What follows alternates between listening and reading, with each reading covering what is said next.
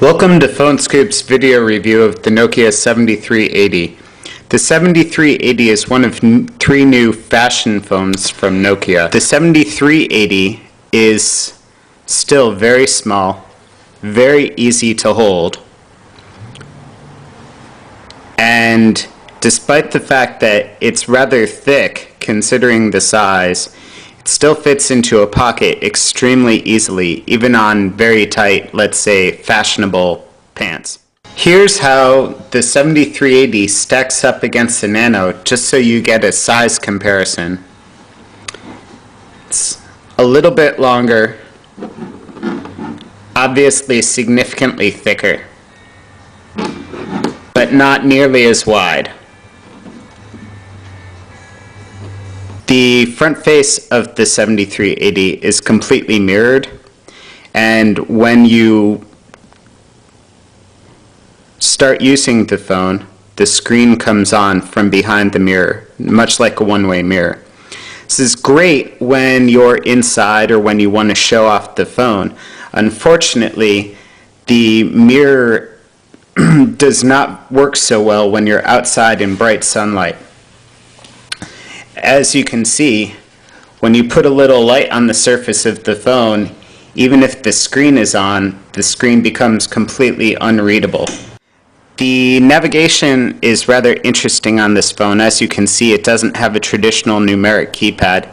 In fact, it doesn't have any noticeable buttons.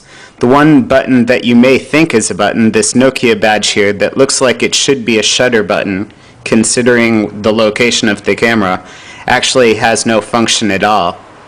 All the navigation is done from this circular center console. The interface has been changed so that instead of a left and right soft button, you now have a top and a bottom soft button. On the opposite side, you have the traditional send and end keys. And in the center, you have a very iPod-esque jog dial, which you use to control all aspects of the interface. The glowing orange bulb in the center is actually your select key. Despite its rather unusual interface, Nokia has included almost every feature found in their mid-range and high-end phones in the 7380. Many of them are just accessed slightly differently. Despite that, this phone certainly is optimized for casual usage. Things such as dialing contacts, messaging, snapping a picture. Dialing contacts is fairly simple. All you have to do is go to the names and you can scroll through and then just hit the green button to dial. Taking a picture is equally as simple. All you need to do is go to the camera application and hit the select button to snap a picture. There are a few options, such as turning the night mode on and activating the flash. The flash isn't very bright, but if you're taking a picture of people who are close by in a bar, it's not too bad. The camera doesn't do very well at night, even with the night mode on. However, it's good enough for a casual club picture. It's much better in the daylight. Although pictures were very high contrast, we will warn you of that. Messaging, however, is a different story. Nokia thoughtfully includes an audio message application so that you don't have to manually enter in a text message. However, most people expect text messages. Nokia did their best to make creating one easy, but it still is rather difficult. Once you get to the message application, you'll see that along the bottom you've got a row of letters. The first screen is always populated by the 5 most popular letters, either the 5 most popular letters to start a word or the 5 most popular letters that would follow whatever letter you've just chosen.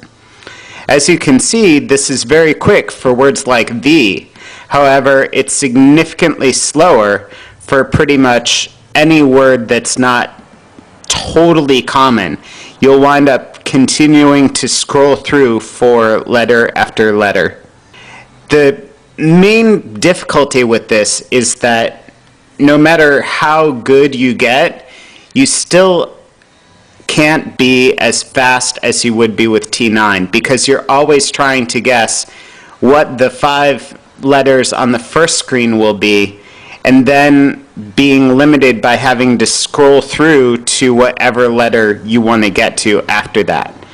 The system does allow you to scroll backwards if you need a letter at the end of the alphabet, which is kind of nice.